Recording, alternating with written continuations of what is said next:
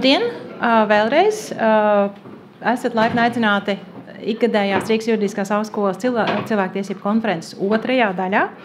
Kā jau es minēju, un programmā ir paredzēta diskusija, kuru vajadzētu vadīt arī mūsu augstskolas profesorēni Inete Ziemelē. Diemžēl Ineta vēl nav atlidojusi, tādēļ mēs atveram un otro daļu turpināsim ar diskusiju starp augstākās tiesas judikatūras un zinātniski analītiskās nodaļas vadītāja Anita Zikmani un Satversmes tiesas juridiskā departamenta vadītāja un Rīgas Juridiskās augstskolas vieslektoru Kristapu Tamošu.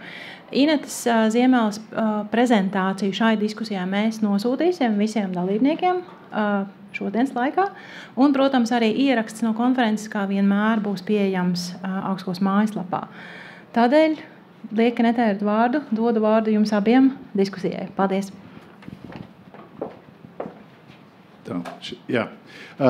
Labdien, sveiki visiem klātesošajiem. Mēs esam vienojušies, ka tā kā Satversmes tiesa alfabētiski ir pirms senāta, un tā kā man nav prezentācijas un Anitā ir, tad es sākšu ar uzstāšanos. Un tad mums, ņemot vērā, ka Ziemeles kundze vēl joprojām ir debesīs, tad mums sanāk Latvijas tiesas. Viņa ir debesīs. Tiešā nozīmē. Tad mums sarāk Latvijas tiesas monologā ar Eiropas Savienības tiesu, bet es ceru, ka Ziemeles kundze mums dos savus atsauksmes pēc ieraksta noskatīšanās. Es gribēju pievērsties Satversmes tiesas dialogam ar Eiropas Savienības tiesu, varbūt tādās procesuālās stadijās, sākot no tā, kā mēs uzdodam jautājumus, turpinot ar to, kas ir iekšā tajos jautājumos, un beidzot ar to, kas notiek pēc tam, kad saņemam atbildes. Un tur katrā no tiem aspektiem ir daži tādi knifiņi, par ko būtu vērts parunāt varbūt. Bet sākšu ar tādu vēsturisku ieskatu, ka pēc Latvijas pievienošanās Eiropas Savienībai Satversmes tiesa ilgu laiku neuzdeva nevienu jautājumu Eiropas Savienības tiesai, proti 11 gadus pēc Latvijas pievienošanās Eiropas Savienībai Satversmes tiesa neuzdeva nevienu pašu jautājumu Eiropas Savienības tiesai. Tas jautājums par to, vai nevajadzētu vērsties, tika apspriests gan pašos nolēmumu tekstos reizēm, veiksmīgākā un mazāk veiksmīgā veidā, un reizēm arī tas jautājums ir pacēlies, un iespējams, ka viņš nav atspoguļots rakstiskā veidā, bet nav tā, ka Satversmes tiesa bija aizmirsusi par Eiropas Savienības tiesu, un tā sakritis, ka pirmo reizi, kad mēs vērsāmies Eiropas Savienības tiesā, bija 2017. gadā, lietā, kas nav pat aizraujošākā droši vien par lauksaimniecīgu pensiju mantošanu, bet tā lieta Satversmes tiesas kontekstā ļoti būtiska, jo Satversmes tiesai nācās izdomāt veidu, kādā vērsties Eiropas Savienības tiesā. Kamēr procesuālajos likumos pārējām tiesām šis un tas bija atrodams par to, kā vērsties Eiropas Savienības tiesā, Satversmes tiesa šo jautājumu risināja kā neregulētu procesuālu jautājumu, proti pati izdomājot savu procedūru, pēc kādas vēršās Eiropas Savienības tiesā, izdomājot kārtību, kuru tiesneši piedalās sastāvā, kuru formulē jautājumus un tā tālāk. Tā kā tas pirmā vēršanās, un, protams, bija arī saturiski būtiska un beigās ietekmē lietas iznākumu, bet svarīgāk, ka viņi droši vien ir tieši tajā, ka tajā lietā tika izstrādāta procedūra, kā Satversmes tiesa vēršas Eiropas Savienības tiesā. Un ar šo pirmo prejudiciālā nolēmuma lūgumu, tad Eiropas Savienības tiesa uzsēdināja mūs uz āķa, ja viņi atbildēja ātrāk nekā pusotra gada laikā, mums likās, tagad mēs ļoti ātri dabūsim atbildes uz visiem mūsu interesējušajiem jautājumiem, un ātri sadavām daudzus citus jautājumus. 2019. gadā 1, 2020. 4, 2023. 3 un 2024. Vēl 1. Pēc tam tās atbildes nav nākušas tik ātri, tā kā tas bija tās reklāmas triks, ka uz pirmo jautājumu viņi atbild ātrāk, bet katrā reizē, kad mēs esam vērsušies Eiropas Savienības tiesā, tas nolēmums ir ļoti lielā mērā ietekmējis vai nu Satversmes tiesas nolēmumu pēc būtības, vai arī ir, teiksim, novedis no pie tā, ka tiesību jautājums tiek atrisināts. Šeit es atsaucos uz lietu, kur mēs vērsāmies Eiropas Savienības tiesā par zāļu reklamēšanas aizliegumiem, un kad Eiropas Savienības tiesa sniedz savu atbildi, tad pieteikumu iesniedzējs lūdza tiesvedības Satversmes tiesā izbeigt, jo saprata, ka tas tiesību jautājums ir atrisināts jau ar Eiropas Savienības tiesas palīdzību. Tā kā tas ir tas, ko mēs primāri gribam panākt, to tiesību jautājumu risināšanu. Kā mēs to panākam un kādā veidā mēs uzdodam jautājumus, tur mums ļoti atšķirās stils ar Senātu.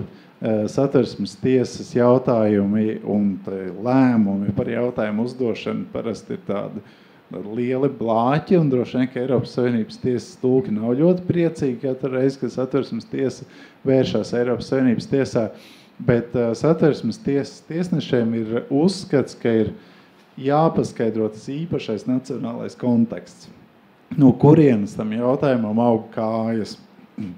Un jāraksta gari, jo īsāk rakstīt nebija laika, un tad attiecīgi tie mūsu jautājumi ir tādi, kur iedod visu kontekstu.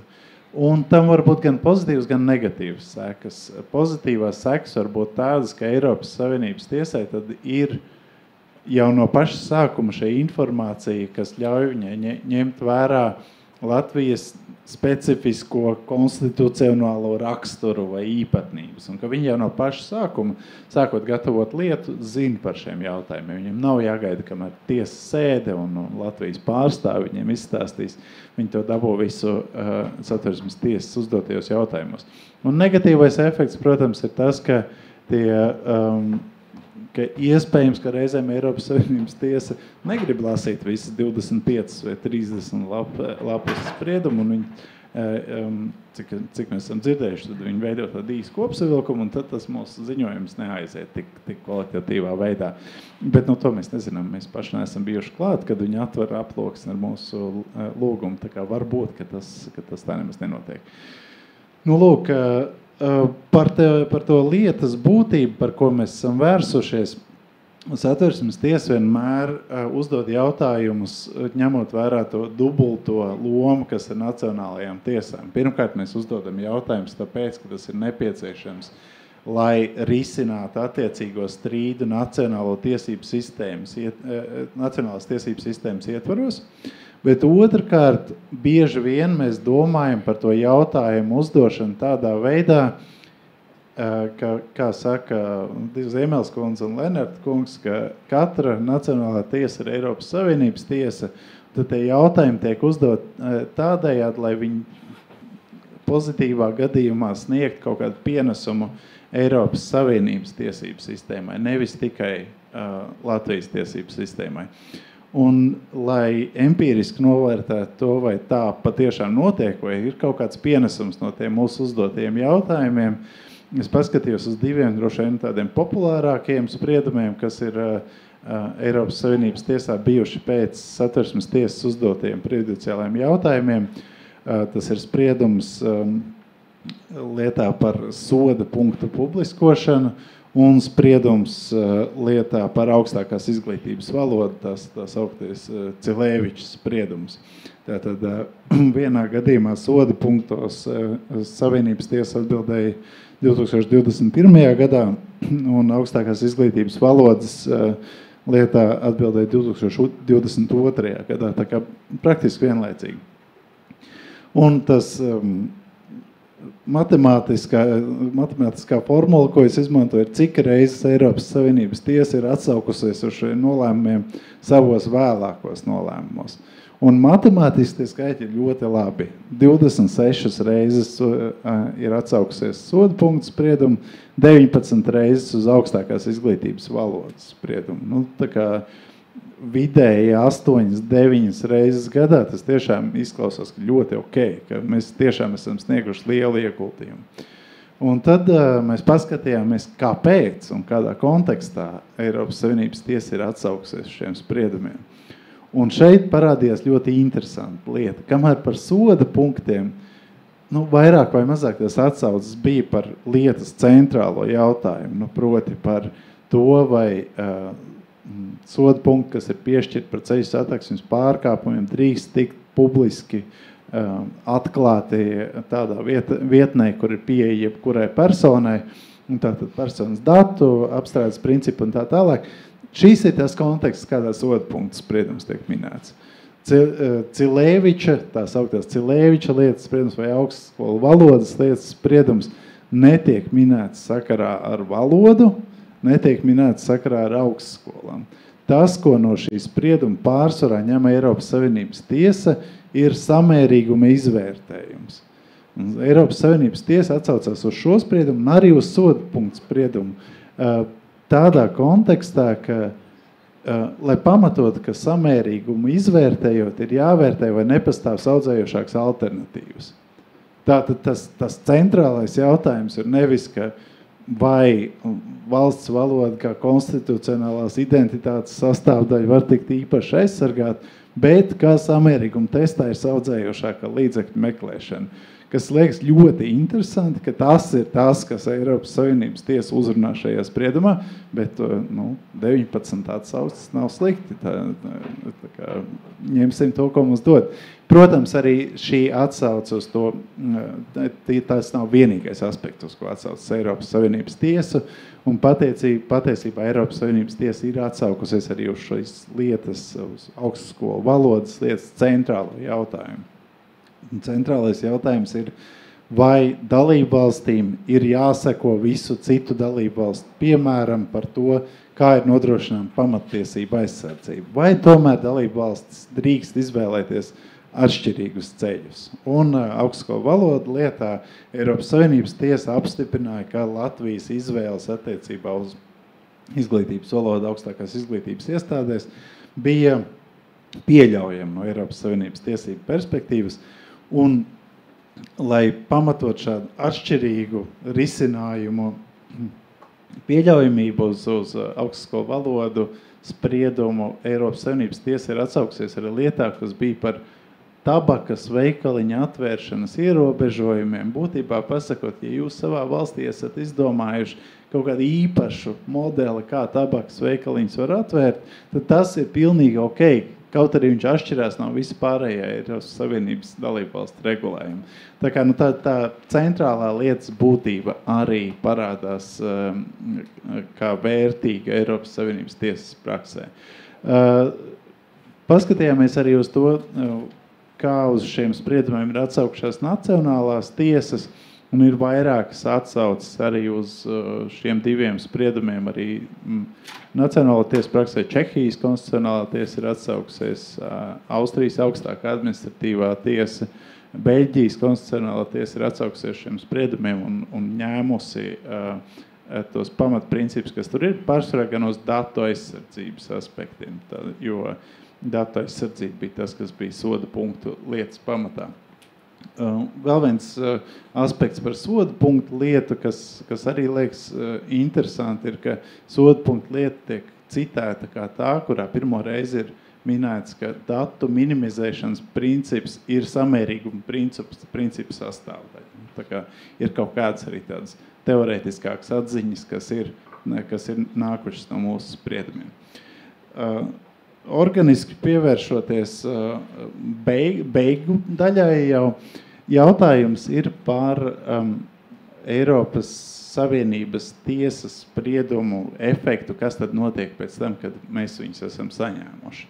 Un tas parastais risinājums ir, protams, ka Satversmes tiesa inkorporē tās atbildes, ko ir saņēmusi no Eiropas Savienības tiesas, savā satversmības izvērtējumā. Tātad mēs nekad nenonāksim pie secinājuma, ka regulējums neatbilst satversmē tikai tāpēc, ka Eiropas Savienības tiesa teica, ka neatbilst Eiropas Savienības tiesībām.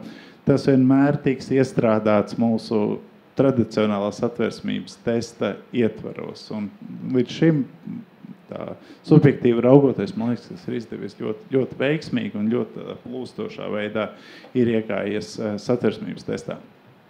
Viens jautājums, par ko mums tas dialogs ar Eiropas Savienības tiesu varbūt līdz šim nav veidojies tādā gultnē, kā mēs gribētu. Ir jautājums par to, kas notiek gadījumā, ja ir nacionāla regulējuma neatbilstība Eiropas Savienības tiesībām, ko darīt ar šādas neatbilstības spēku laikā. Un pirmā reize, kad mēs specifiski uzdevām šādu jautājumu Eiropas Savienības tiesai, bija soda punktu lietā, un jautājums bija, vai varētu būt pieļaujama tāda situācija, ka nacionālais regulējums, kurš neatbilst Eiropas Savienības tiesām, paliek spēkā kādu laiku, ja tas ir nepieciešams, lai nodrošinātu tiesiskās paļāvības principu, tiesību sistēmas stabilitāti un tā tālāk. Un Eiropas Savienības tiesas atbilde bija ne. Mums tā atbilde tā likās diezgan kategoriska, un tāpēc nākamo reizi, kad Satversmes tiesa, nevis nākamo reizi, bet neilgi pēc tam, kad Satversmes tiesa vērsās vēlreiz Eiropas Savienības tiesā, mēs uzdevām šo jautājumu vēlreiz. Vai jūs esat pārliecināti, ka tā ir, ka nekad nevar būt pieļaujama tāda situācija? Un tas bija noziedzīgi iegūt līdzekļu lietās, un tur tie, kuri sekojuši Eiropas Savienības tiesas judikatūrai, tie zinās, ka Eiropas Savienības tiesa būtībā atbilde pēc būtības uz mūsu jautājumiem nesniedza, pasakot, ka tie Eiropas Savienības tiesību akti, ko Satversmes tiesa bija identificējuši, nav attiecinām uz attiecīgo Latvijas kriminālu procesu. Tā kā tas jautājums vēl joprojām paliek atklāts, es domāju, ka nevar izslēgt iespēju, ka Satversmes tiesa varētu pajautāt, vai jūs patiešām domājat, ka tā vajadzētu būt vienmēr, bet tā ir tāda tīra spekulācija un prognoze, kas notiks uz priekšu. Tad mēs redzēsim, vai tas notiks arī nākamajos spriedumos, un saprotu, ka Anita arī pievērsīsies šīm aspektām nedaudz. Par to mēs varēsim tad padiskutēt par to atpakaļ vērsto vai uz priekšu vērsto spēku, kas notiek neatbilstības Eiropas Savienības tiesībām gadījumā. Es domāju, ka ievadam ar to man varētu arī pietikt, un tagad es ļaušu runāt Anitai ar viņas daudz strukturētāko prezentāciju. Diezin vai. Labi, paldies, Kristap. Es saprotu, ka jautājumus tev arī auditori uzdos beigās. Ja? Ok. Labi, tad mana sadaļa ir par senāta diskusiju ar Eiropas Savienības tiesu. Un tā kā es nezināju, kāds mums tas formāts īsti šodien izvērsīsies, un varbūt tad tas, ko es izvēlējos, zināmā mērā aizpildīs to lauciņa daļu, kuru visticamāk būtu nosagusi tiesnese Ziemele, un proti es paskatīšos uz 2024. gadu, un arī to, kas noticis ir jau šogad līdz šodienai, cik daudz lietās mēs esam vērsušies Eiropas Savienības tiesā, cik daudz vispār Latvijas tiesas ir saņēmušas atbildes no Eiropas Savienības tiesas, kā mums ir gājis ar Eiropas Savienības tiesas judikatūras piemērošanu, arī mazliet par pamatiesību hartas piemērošanu, jo galu galā šodien ir cilvēktiesību konference, nevis tikai par Eiropas Savienības tiesībām, un arī pēdējie pāris slaidi man ir par atlīdzinājumu par Eiropas Savienības tiesību pārkāpumu, kas sasaucās ar vienu no mūsu lietām, kur, manuprāt, tas jautājums parādījās un tika atbildēts, bet varbūt, ka ir vērts paskatīties uz to mazliet plašāk un arī atzīmēt sev kaut kādas lietas, kuras it kā Eiropas Savienības tiesībās ir jau pašsaprotamas, bet mūsu tiesību telpā tās ienāk tikai tagad, bet par to pašās beigās. Lūk, kas tad mums ir, kā tad ir gājis 2024. gadā ar uzdotajiem prejudiciālajiem jautājumiem? Senāts ir vērsies ar 5 lietām, 6. ir jau šogad, Satversmes tiesa, kā jau Kristaps minēja, ar 1 lietu, administratīvā apgabala tiesa ir uzdevusi 2 prejudiciālos jautājumus, un administratīvā rajona tiesa arī 2. Par senātu uzdotajiem es iziešu cauri detalizētāk tālāk. Šis ir tā kā vispār ieskatam. Cik daudz atbildes mums ir sniegusi Eiropas Savienības tiesa, un arī šeit man ir jāsaka tā, tie, kas jautā, tiem arī atbild, un ja Satversmes tiesa uzdod vienu jautājumu, tad arī tikai vienu atbildi tā saņem. Senāts ir saņēmis, cik man tur sanāk, man liekas, ka pagājuši gadu ir bijuši 4 un 5. ir šogad. Un vēl vakardien ir atnācis viens administratīvai, man liekas, rajona tiesai, kas tur arī nāk klāt. Nu, katrā gadījumā tas aptuvenais pārskats ir tāds. Tā kā es atpakaļ vairāk pie šīm lietām pārējo tiesu lietām neatgriezīšos, man liekas, ka pieminēšanas vērts ir ekonomisko lietu tiesas uzdotais prejudiciālais lūgums, un tas gan tiesai tika nosūtīts 23. gadā, pagājušajā gadu vasaras vidū ekonomisko lietu tiesa saņēma arī atbildi, bet ar ko tas ir interesants, ka tas zināmā mērā sasaucās ar līdzīgu atbildi, ko saņēma Satversmes tiesa, proti, ka viņa uzdotais prejudiciālais jautājums, manuprāt, bija par ļoti, ļoti interesantu Eiropas tiesību aspektu un konkrēti par videokonferences izmantošanu krimināla procesā apsūdzētajai personai atrodoties ārpus Latvijas, tātad pārrobežu videokonferences režīms, un Eiropas Savienības tiesa nesaskatīja, ka šajā konkrētajā lietā Latvijas tiesa nevarētu iztikt bez šīs te atbildes. Ja mēs lasām viņu uzdoto prejudiciālo, tur divas lietas pat ir, divās lietās ir uzdot līdzīgi jautājumi, ja mēs izlasām šos te prejudiciālos jautājumus un pēc tam izlasām Eiropas Savienības tiesas atbildi, varbūt tie, kas iedziļināsies, tie arī sajutīs manu vilšanos, jo patiešām jautājums bija uzdots vietā. Tiesa vēlējās turpināt lietas izskatīšanu, izmantojot videokonferences režīmu, lai arī konkrētajā tiesvedības posmā varēja turpināt darbības, kuras varēja darīt arī neizmantojot šo videokonferences režīmu, proti gan izsaucot apsūdzēto ierasties fiziski, gan arī veicot citas procesuālās darbības, kas nebija saistītas tieši ar apsūdzētā piedalīšanos. Un ievērojot to, ka faktiski tiesa tika galā, Latvijas tiesa tika galā ar lietas izskatīšanas turpināšanu, tad Eiropas Savienības tiesa uzskatīja, ka tā var arī neatbildēt uz šiem jautājumiem. Ar ko vēl ir interesanta šīs lietas, ka Latvijas tiesa uzdodot prejudiciālos jautājumus, neapturēja tiesvedību visā lietā. Ko daram parasti, gan ko darīs ir līdz šim senāts, gan arī, ko, cik man zināms, vienmēr dara arī Satversmes tiesa, jo tāds ir vispārējais pieņēmums un nosacījums, ka tātad uzdotais prejudiciālais jautājums ir nepieciešams lietas izlemšanai, un tāpēc turpināt lietas izskatīšanu šobrīd nav iespējams. Bet arī pati Eiropas Savienības tiesa jau pagājušajā gadu maijā atbildēja Bulgārijas tiesai uz uzdoto prejudiciālo jautājumu un atzina, ka var būt tādi apstākļi, kas ļauj apturēt tiesvedību tikai daļā un tālāk veikt turpmāk skatīt lietu, nesaistot to ar to jautājumu, kas ir uzdots Eiropas Savienības tiesai. Jo, protams, tiesvedības ātrums ir svarīgs un ja vien ir iespējams turpināt lietas izskatīšanu kādā tās daļā, tad tas arī var tikt darīts. Nu, lūk, tā. Tad par ko senāts ir sarunājies ar Eiropas Savienības tiesu?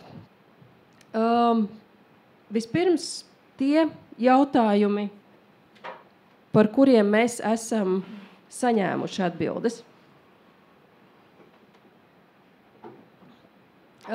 Pirmais arī ir tāds, kurā Eiropas Savienības tiesa pieņēma rīkojumu, pasakot, ka nesaskata nepieciešamo direktīvā paredzēto robežu vērtību, un tāpēc, principā, prejudiciālais jautājums nav saistāms ar Eiropas Savienības tiesībām, bet neskatoties uz to, senāts izmanto Eiropas Savienības tiesas judikatūru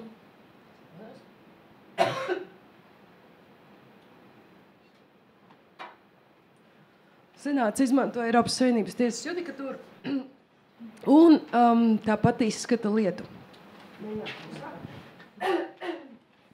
Nu jā. Otra lieta ir Briora lieta, kas, man liekas, ir pat interesanta no tāda saturiskā viedokļa, jo jautājums senātam bija par zivju marķēšanas zīmītēm. Zivju marķēšanas zīmītes ir tādas, kuras izmanto, lai uzskaitītu, kādas zivis nārsto, kur tās pārvietojās, faktiski mums saprotamā veidā tas ir saistīts ar kaut kādu zinātnisku pētniecisko darbu. Šīs atkarībā no tā, kādai funkcijai zivju zīmītes tiek ievestas, tām var tikt piemērots dažāds nodokļu režīms. Un Senāts uzdeva jautājumu Eiropas Savienības tiesai, kā vajadzētu šīs zīmītes tad kvalificēt. Un Eiropas Savienības tiesa norādīja, ka tas būs atkarīgs no funkcijas. Un šī funkcija ir jānoskaidro izpētot faktiskos apstākļus. Un tāpēc Senāts nodeva lietu vēlreiz skatīšanai administratīvai. Īslandes ķēpes palīdzēs. Man jau arī konča.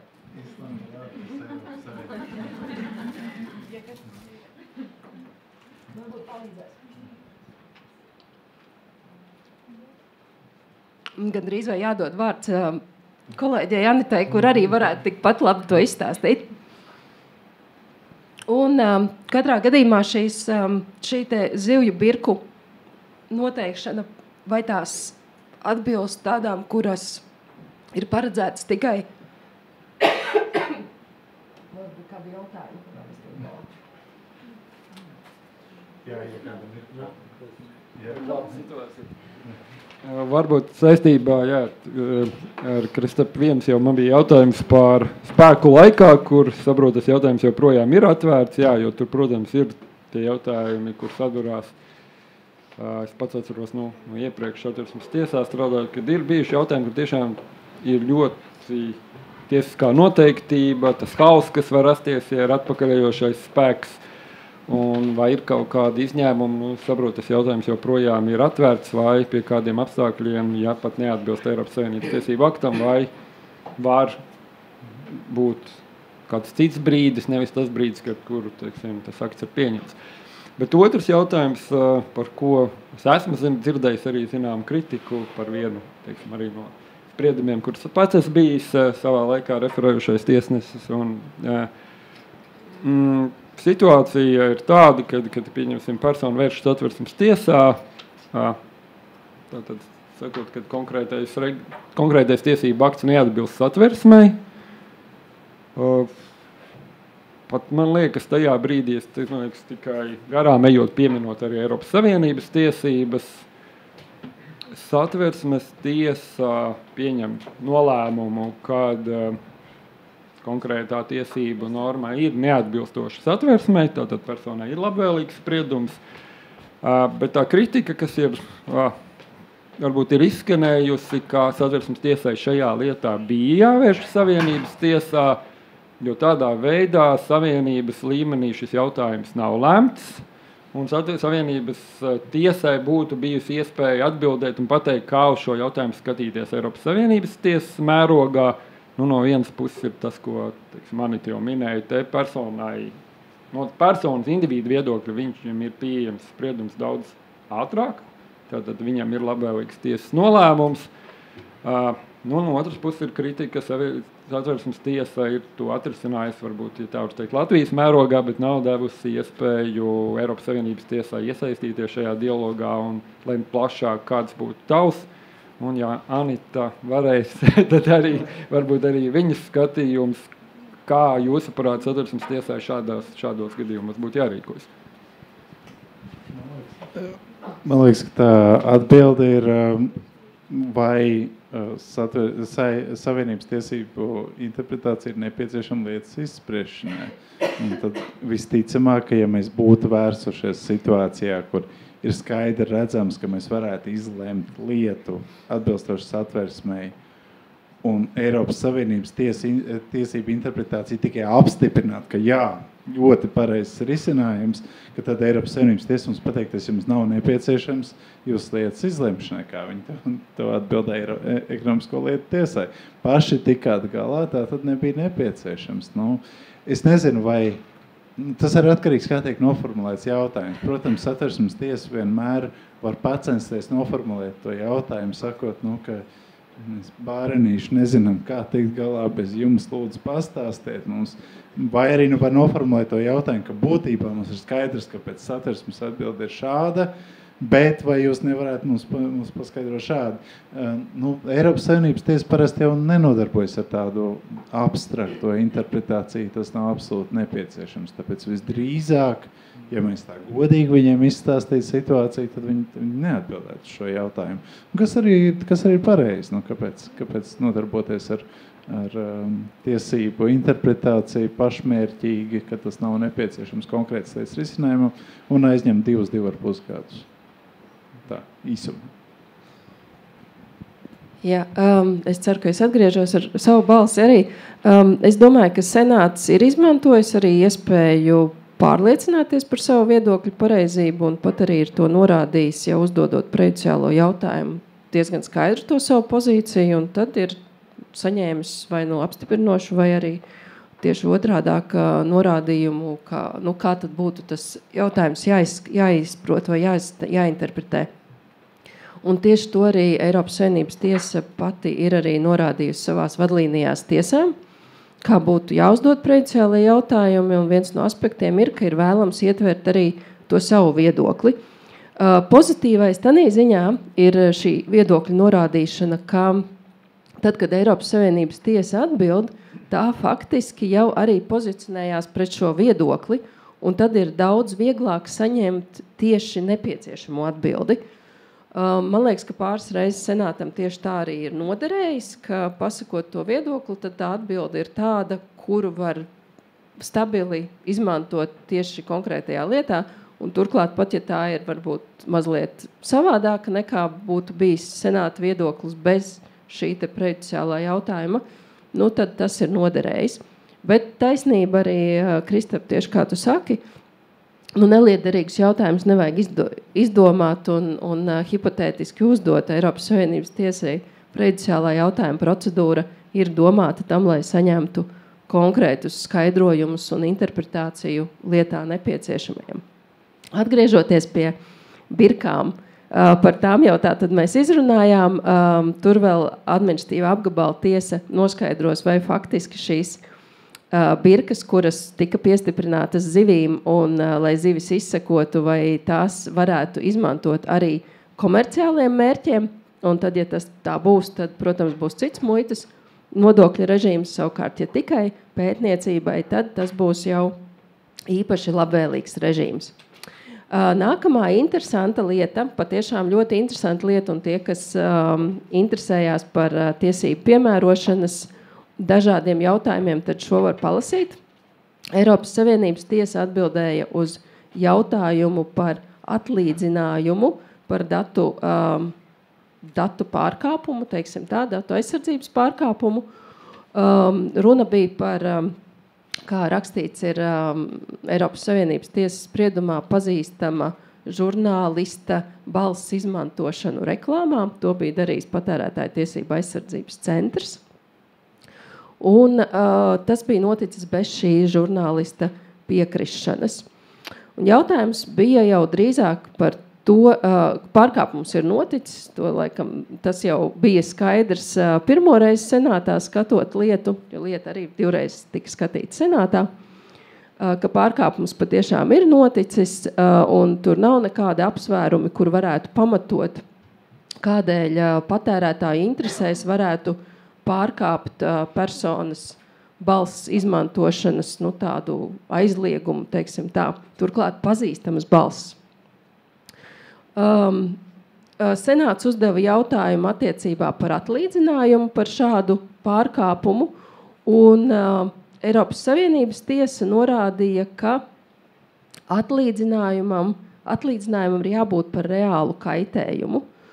Un varbūt tas ir tas, kādēļ arī mani tas rosināja pievienot tos pāris slaidus beigās, tieši par to, ko nozīmē atlīdzinājums par Eiropas Savienības tiesību pārkāpumu.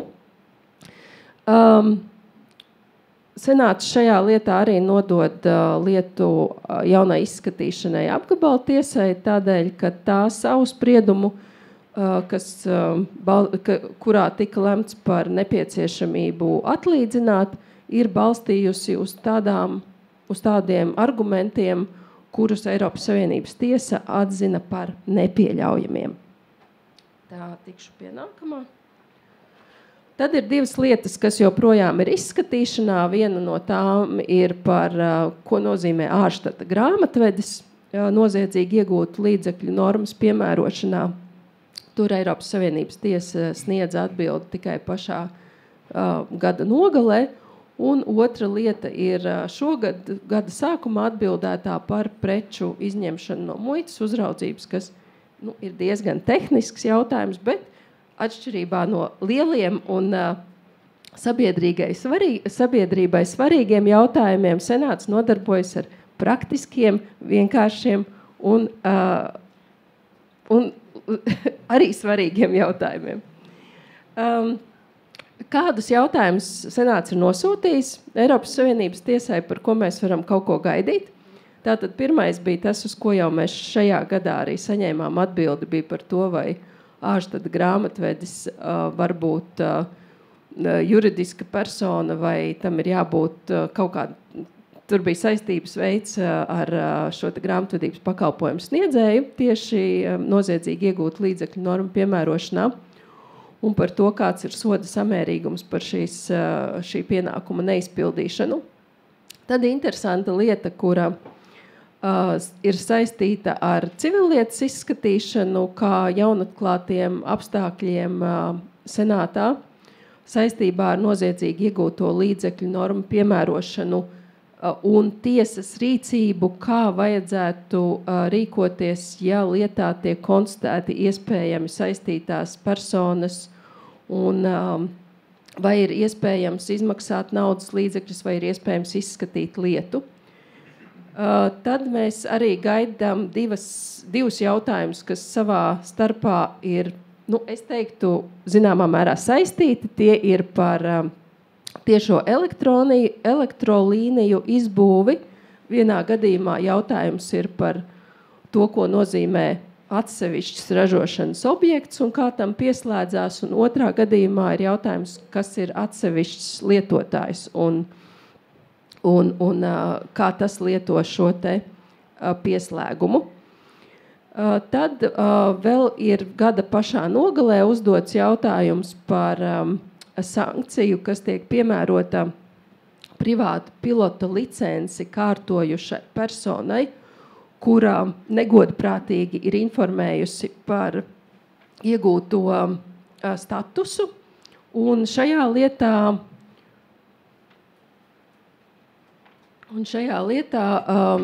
iestāde bija piemērojusi sankciju, kur nebija tieši paredzēta tiesību normā, bet bija piemērojusi pēc analoģijas, lai sasniegtu lietderīgāko mērķi, neļautu šādam negodprātīgam cilvēkam iegūt privātu pilota licenci. Interesantais aspekts, varbūt, kam pievērsīs uzmanību arī Eiropas Savienības tiesa, ir pārrobežu dimensijai šādos gadījumos, jo šī persona bija daļu kārtojusi Spānijā, daļu no šīs te privātu pilota licencei nepieciešamās stāža apgūsi vēl citā Eiropas Savienības valstī un arī kārtojusi šo privātu pilota licenci vairākās valstīs. Tā kā, tas ir diezgan interesants tāds pārrobežu dimensijas jautājums. Un pēdējā, kas tika nosūtīta jau gan šī gada sākumā, ir par pašvaldības organizētu atkritumu apsaimniekošanu un iespējamu konkurences pārkāpumu. Konkurences tiesībām. Lūk, tas ir tāds īsts apskats par to, par ko Senāts sarunājas ar Eiropas Savienības tiesu.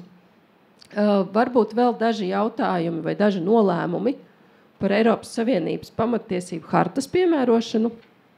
jo šajā ziņā es negribētu teikt, ka mums ir ļoti daudz skaitlīgi nolēmumi. Tomēr tie, kas ir, tie ir interesanti. Protams, jūs arī tiem varat sekot līdz augstākās tiesas mājaslapā, bet varbūt šeit es izcelšu tos, par kuri būtu tā vērts, lai izlasītu, ja ir interese pasakot līdz, kas ir tajos teikts. Pirmā lieta,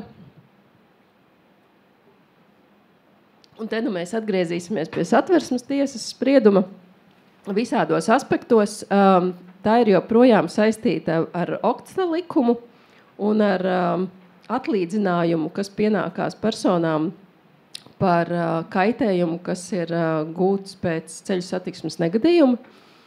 Ar Satversmes tiesu mums šajā ziņā jau ir ļoti sena vēsture, un viens no prejudiciālajiem jautājumiem, kuru vispirms senāts uzdeva Eiropas Savienības tiesai saistībā ar personu tiesībām saņemt atlīdzinājumu par tajā lietā bija runa par puisi, kurš bija zaudējis abus vecākus. Pēc tam šī lieta, kad mēs saņēmām atbildi no Eiropas Savienības tiesas, un tur bija nianse, kas saistījās ar Latvijas likumu piemērošanu, tika iesniegts pieteikums Satversmes tiesā, un Satversmes tiesa lēma, ka Eiropas, pareizāk sakot, ka ministru kabineta noteikumi nav atbilstoši Oksta likuma normām, kaut gan tās pašas par sevi ir atbilstošas Eiropas Savienības tiesībām. Un noteica piemērošanas laikā ierobežojumu ar savu Satversmes tiesas spriedumu. Šajā lietā jautājums kaut kādā mērā rezonēja ar to lietu un vajadzēja saprast, vai Satversmes tiesas spriedumā noteiktais ierobežojums laikā patiešām ir pamatots, jo, ja mēs secinām, ka ministru kabineta noteikumi neatbilst Oksta likumam, kas atbilst Eiropas Savienības tiesību normām, tad principā mēs secinām, ka šie ministru kabineta noteikumi nav piemērojami, jo tie neatbilst Eiropas Savienības tiesību normām. Un šajā gadījumā senāts tādā veidā atrisināja neatbilstību no ministru kabineta noteikumu līmeņa, pats pārkāpjot uz likuma līmeni, lai nodrošinātu šo te saskanīgo piemērošanu ar Eiropas Savienības tiesībām.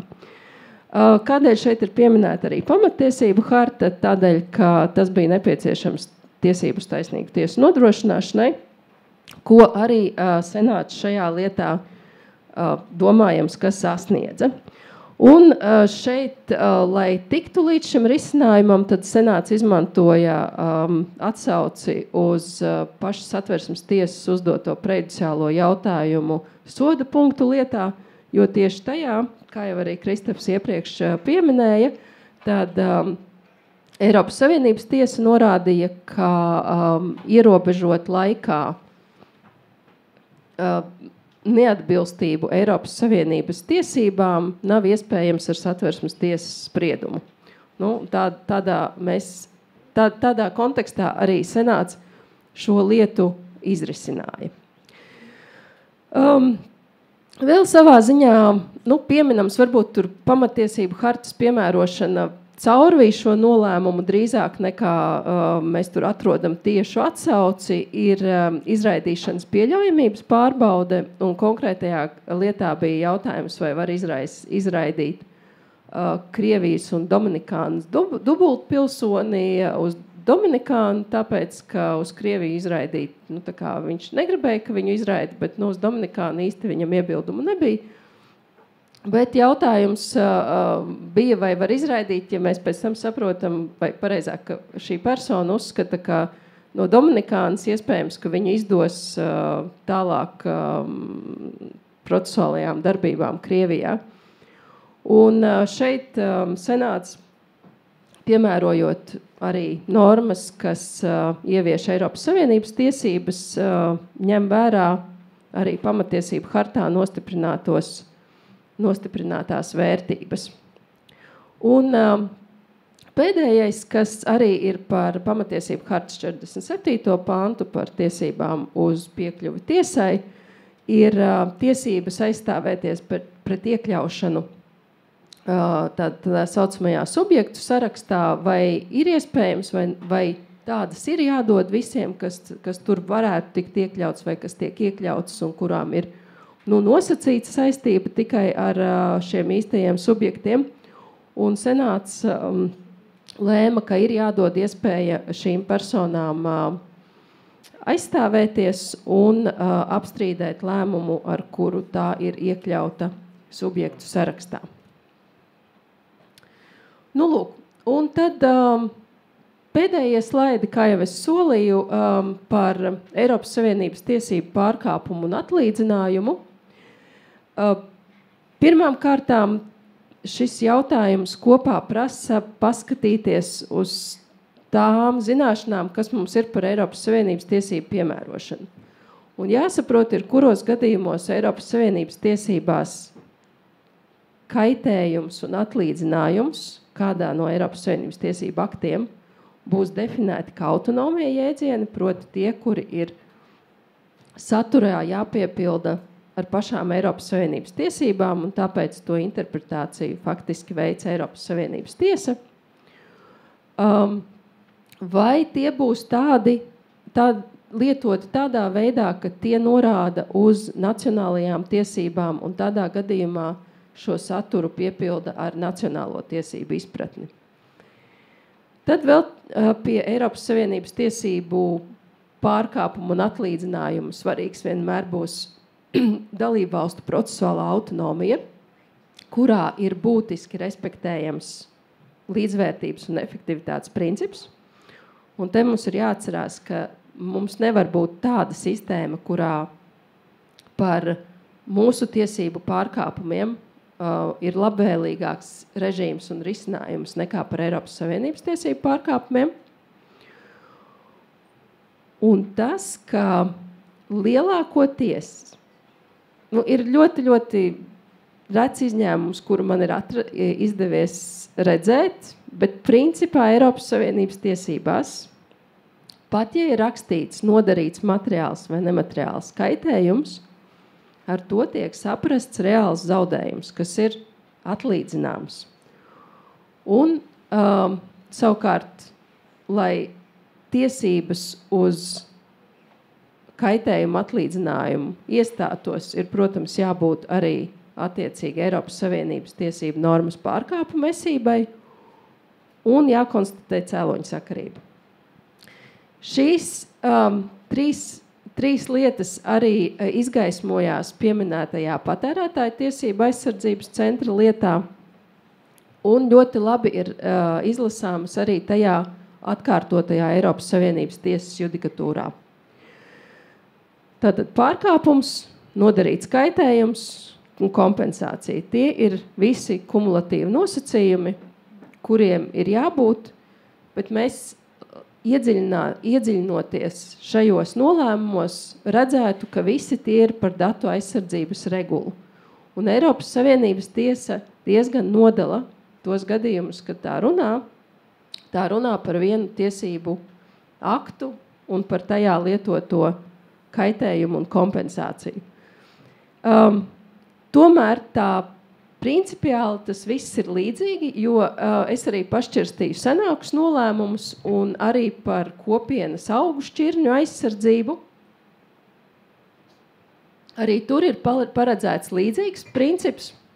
Turpat ir lietoti vārdi saprātīga kompensācija. Jebkurā gadījumā Eiropas Savienības tiesa arī šajā gadījumā norādīja, ka nevar būt tādi izdevumi, kuri nav tieši saistīti ar konstatēto pārkāpumu. Tie nevar būt abstrakti tiesvedības izdevumi. Tas ir ļoti konkrēts. Konkrētajā lietā runa bija par bez licences izmantotu augu šķirņu tirzniecību, un tur bija konkrēti tās summas, kuras nebija iegūtas šīs te licences nenopirkšanas rezultātā. bet tās nevar būt kaut kādas abstraktas pakārtotas summas. Un tāpēc der atcerēties, ka Eiropas Savienības tiesību efektīvai aizsardzībai ir nepieciešami tātad šie priekšnoteikumi, ir nepieciešams pārkāpums, ir nepieciešams konkrēts kaitējums, kas rezultējies ir praktiski materiālā kaitējumā, izmērāmā kaitējumā, un ir nepieciešama cēloņa sakarības ar šo te pārkāpumu un nodarīto kaitējumu. Līdzīgi principi attiecas arī uz valsts atbildību par Eiropas Savienības tiesību nepareizu piemērošanu, un tas attiecas ne tikai uz iestādēm, bet arī uz tiesu iestādēm, kuras ir skatījušas lietas un nav konstatējušas Eiropas Savienības tiesību vai nav veikušas pareizu piemērošanu.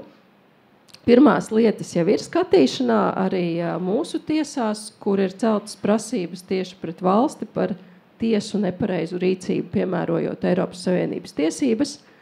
Eiropas Savienības tiesā jau ir diezgan liels prakses uzkrājums par šiem jautājumiem.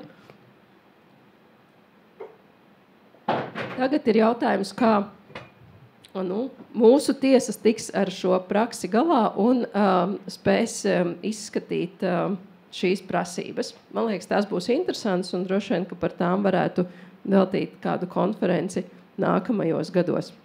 Bet vēl vispirms ir jāsaņem pirmie spriedumi līdz galam.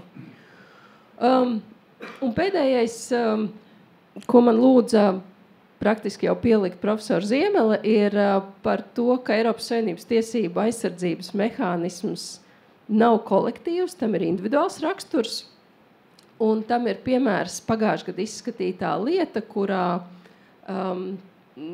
tie bija Rumānijas tiesnešu biedrība, cēla iebildumus pret Rumānijas prokuroru nozīmēšanas kārtību tajās lietās, kurās varētu tikt krimināli vajāti tiesneši. Un viņi iestājās par to, ka viņiem kā biedrībai ir tiesības pārstāvēt un iesniegt prasību. Un ka tas pamatojās uz pamatiesību hartas 12. pantu, uz biedrošanās brīvību. Bet Eiropas Savienības tiesa, neskatoties vispār uz to, cik svarīgu lomu tā ir piešķīrusi tiesiskumam un tiesu neatkarībai līdzšinējos gados savos spriedumos, tur jāatcerās gan lietas saistībā ar Poliju, gan arī ar ļoti daudzām citām valstīm, kur tā ik pa vienai lietai ir šķetinājusi tiesu neatkarības problēmas. Tad šajā lietā Eiropas Savienības tiesa norādīja, ka biedrošanās brīvība pati par sevi nedod tiesības celt jebkuru prasību tiesā vispārējo interešu mērķa labā, bet šīs tiesības ir rezervētas tikai īpašām tiesību nozarēm saistībā ar vidi un lai cīnītos pret diskrimināciju šī brīža Eiropas Savienības tiesību regulējumā. Lūk, tā kā kompensācijas prasības un vispār tiesību aizsardzības mehānismi Eiropas Savienības tiesībās joprojām paliek individuāla rakstura. Pievienoju saiti uz augstākās tiesas mājaslapas vietu, kur jūs varat iepazīties ar mūsu apkopoto informāciju par dialogu ar Eiropas Savienības tiesu.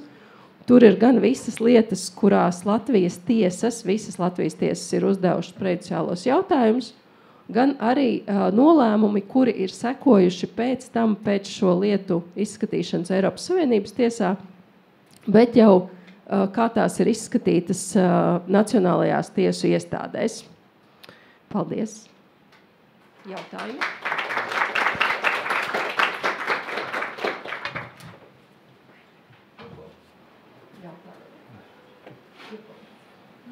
Jā, kādam ir jautājumi, Alis jums palīdzēs ar mikrofonu. Nevienu jautājumu. Viss skaidrs. Es varbūt vienu komentāru. Jā. Tas būs vairāk komentārs. Paldies Anitai, kura parādīja arī to kopējo statistiku, ka ir ne tikai senāts, ka ir arī rajona tiesas un apgabaltiesas, kas vēršas Eiropas Savienības tiesā. Man liekas, ka šajā jomā Latvijā mums tomēr vēl vajadzētu stiprināt to apziņu, ka Latvijas tiesību sistēmā ne tikai Satversmes tiesa vai augstākā tiesa ir pēdējās instances tiesa, kam ir pienākums vērsties Savienības tiesā. Tie gadījumi, kur zemākas instances tiesas ir vērsušās, ir ļoti labi, bet tās parasti nav lietas, kur šīs tiesas ir pēdējās instances tiesas. Bet, man liekas, piemēram, viena joma, kur ļoti nopietni vajadzētu attiecīgajām tiesām pie tā piedomāt, ir, piemēram, administratīvo pārkāpumu lietas, kas beidzas apgabaltiesā. Jo, piemēram, šeit viena tā minētā lieta, kas īstenībā nav nemaz tikai tehniska, par muitas režīmiem, jo tur ir jautājumi arī par tiesisko paļāvību un res judikata. Un kāpēc res judikata? Tāpēc, ka vismaz, teiksim, saņemot šo lietu, tas, kas mums parādās, ir, ka apgabaltiesa administratīvā pārkāpuma lietā ir pateikusi, ka pārkāpuma nav, procedūru pārkāpuma. Mūsu apgabaltiesa ir pateikusi, ka pārkāpums ir. Un senāts šajā lietā vērsās Savienības tiesā, bet jautājums ir, vai jau tajā administratīvo pārkāpumu lietā īstenībā arī nebija pienākums vērsties Savienības tiesā, arī lietu tiesā, kas skata šo administratīvo pārkāpumu lietu. Un, man liekas, tā ir tā viena lieta, ko mums vajadzētu dialogu ziņā Latvijā stiprināt, atcerēties arī visām tiesām, kas arī varbūt rajona tiesas, mums ir tādas lietu kategorijas, tās ir apgabaltiesas, it sevišķi šajās administratīvo pārkāpumu lietās, ka tur arī ir šis pienākums vērsties, un tā tad tas var kādreiz arī citādāk beigties bēdīgi Latvijai. Paldies!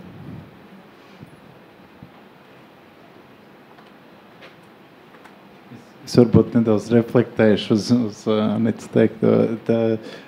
Tas zivju birkas man paliks prātā uz visu. Es viņus iztēloju droši vien pavisam citādāk, nekā viņas reāli izskatās. Bet, jā, par tām apgabaltiesām mums nu pat bija diskusija par cita veida dialogu, ka iespējams apsvarot 16. protokola ratifikāciju Eiropas cilvēktiesību konvencijai, cik plašam tiesu lokam būtu jāļauj vērsties Eiropas Savienības tiesā un administratīvo pārkāpumu lietas, kur galīgais lēmums ir citā līmenī, nevis Satversmes vai augstākās tiesas līmenī. Protams, varētu būt ļoti labs arguments. Jautājums ir, vai viņi vēlas vērsties.